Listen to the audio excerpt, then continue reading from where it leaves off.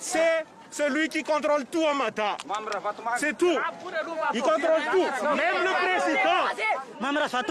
Mam Ravatmang finance les politiciens qui nous dirigent, il finance leur campagne électorale.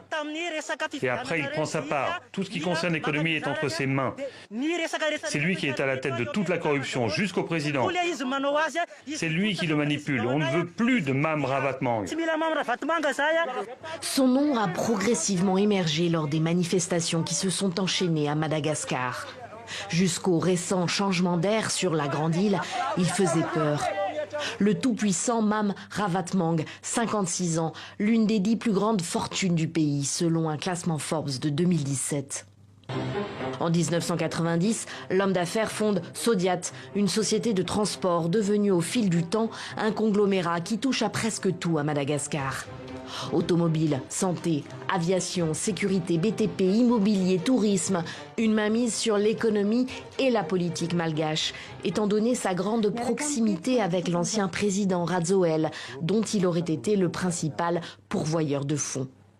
Il y a 2 semaines, alors que la jeunesse continue de crier sa colère dans la rue, Mam Ravatmang, évoquant le cas d'un haut gradé qui a pris la fuite, affirme: Moi, ça fait 5 ans que je suis au pays. Durant le mandat de l'ancien président, est-ce que je me suis enfui? J'ai été ciblé par une enquête. Je ne me suis pas enfui.